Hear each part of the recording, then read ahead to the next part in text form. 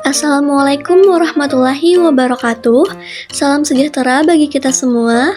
Perkenalkan, nama saya Siti Hasanah dengan NIM 240111286. Di video kali ini, saya akan membahas tentang prosedur PeopleLand menggunakan aplikasi CPU Simulator. Pada pembahasan kali ini, saya akan menjelaskan tentang pengertian PeopleLand, pembuatan program sederhana, menjelaskan kode warna, menganalisis data hazard, penanganan hazard dengan instruksi NOP, dan melakukan eksperimen akhir berupa manipulasi PeopleLand.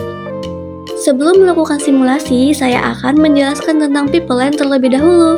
PeopleLand merupakan suatu cara yang digunakan untuk melakukan sejumlah kerja secara bersamaan, tetapi menggunakan tahap yang berbeda yang dialirkan secara kontinu pada tahap pemrosesan. Dengan PeopleLand, pemrosesan ini akan selalu bekerja sehingga memaksimalkan kerja mikroprosesor.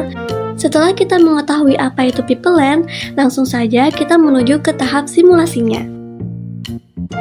Pertama, kita akan mencoba membuat program sederhana. Kalian bisa klik compiler, ketik program EX1,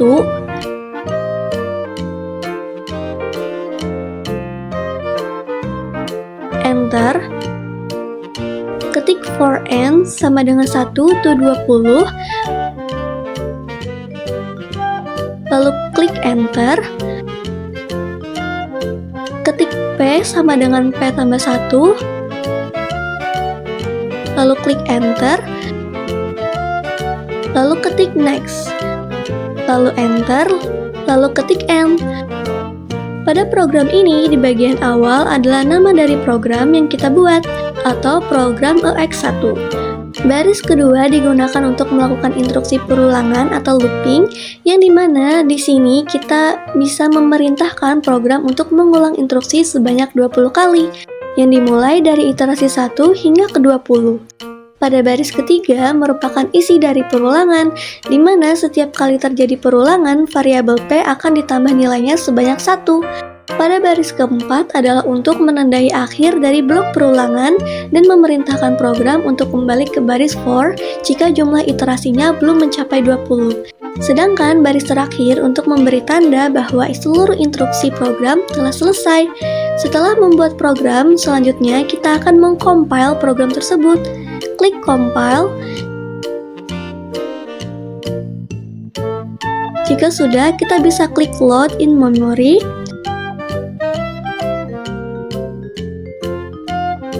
Jika sudah berhasil melakukan load in memory, kalian bisa mencoba menjalankan program dengan cara klik run.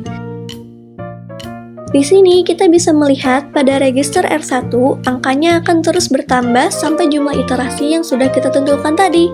Untuk melihat tampilan pada PeopleLand, kalian bisa klik Show PeopleLand.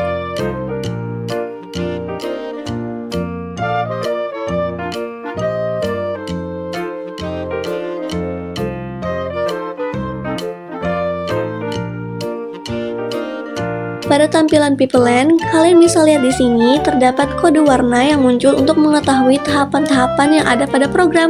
Yang pertama ada fetch, yaitu pengambilan perintah dari memori. Kemudian decode, yaitu penerjemahan instruksi. Read operan untuk membaca nilai dari register yang dibutuhkan untuk eksekusi. Execute, yaitu proses mengeksekusi perintah yang sudah didecode. Write result untuk menyimpan hasil eksekusi memori, serta bubble berwarna ungu yang berfungsi untuk mengatasi dependensi data. Biasanya program ini terjadi pada instruksi HLT untuk memastikan semua proses sebelumnya benar-benar selesai sebelum sistem berhenti sepenuhnya. Selanjutnya, kita akan mencoba menghilangkan centang pada instruction PeopleLand untuk mengetahui apakah terdapat perbedaan dengan program sebelumnya. Klik Reset Program, lalu klik Show PeopleLand. Matikan centang pada No Instruction PeopleLand, lalu klik Run. Klik Show PeopleLand.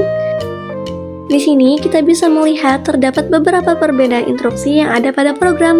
Untuk mengetahui jenis-jenis tahapan yang dilakukan, kita bisa stop simulation terlebih dahulu. Di sini terdapat perbedaan warna pada instruksi CGT57, yaitu Control Hazard. Ini merupakan perintah percabangan karena CPU harus menentukan arah lompatan instruksi selanjutnya.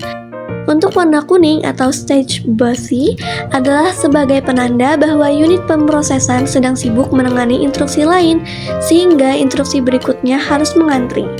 Untuk yang berwarna merah pada instruksi ADD1 dan MOV R04 ke R05 merupakan data hazard yang menandakan bahwa instruksi harus menunggu hasil dari instruksi sebelumnya karena data yang dibutuhkan belum tersedia atau terjadi sesuatu dependensi data.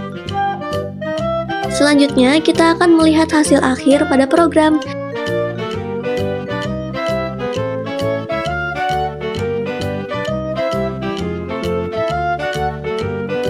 Di sini kita bisa lihat terdapat warna ungu atau bubble yang berfungsi untuk menyelaraskan instruksi. Biasanya terjadi pada saat mengakhiri program. Pada statistik, kita bisa lihat terdapat basis teks sebanyak 300 kali, data hazard sebanyak 62 kali, control hazard sebanyak 21 kali, dan in-sync sebanyak 21 kali. Selanjutnya, kita akan mencoba melakukan program sederhana kedua dengan menggunakan beberapa instruksi seperti MOV1 dengan R01,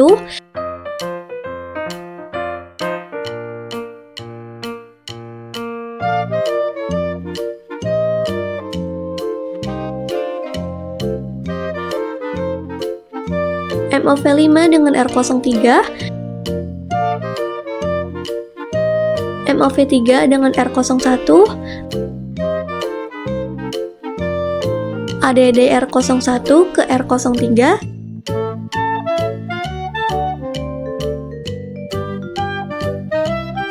dan HLT.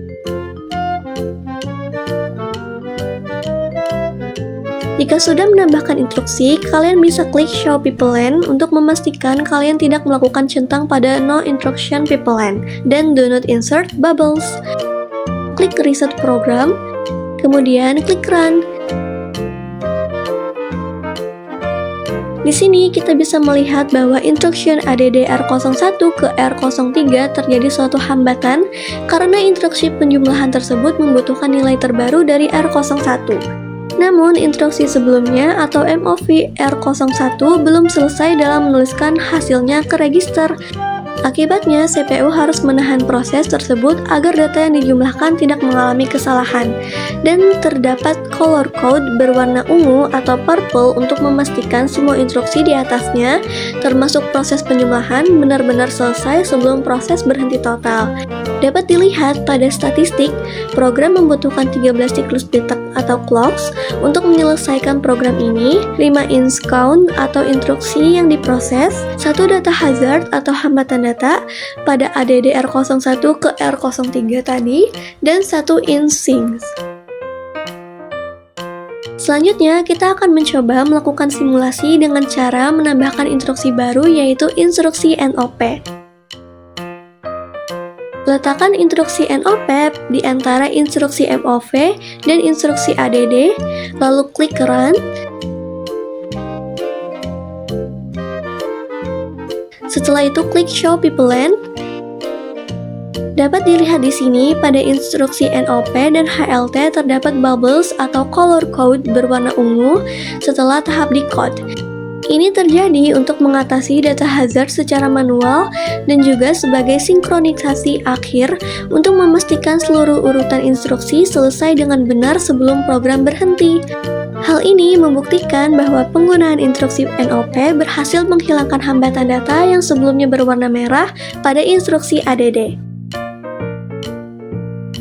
Terakhir, kita akan mencoba melakukan eksperimen manipulasi pipeline dengan cara menghapus kembali instruksi NOP pada program, namun melakukan centang pada Do Not Insert Bubbles. Klik Reset Program, klik Show Pipeline,